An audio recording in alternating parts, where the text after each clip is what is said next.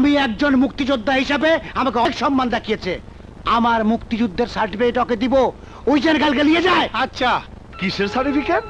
মুক্তিযুদ্ধের। কিসের মুক্তিযুদ্ধ? কোথায় মুক্তিযুদ্ধ হয়েছিল? তুমি আমার মহান মুক্তিযুদ্ধ সম্পর্কে উল্টা পাল্টা বলবো না। চুপ করো।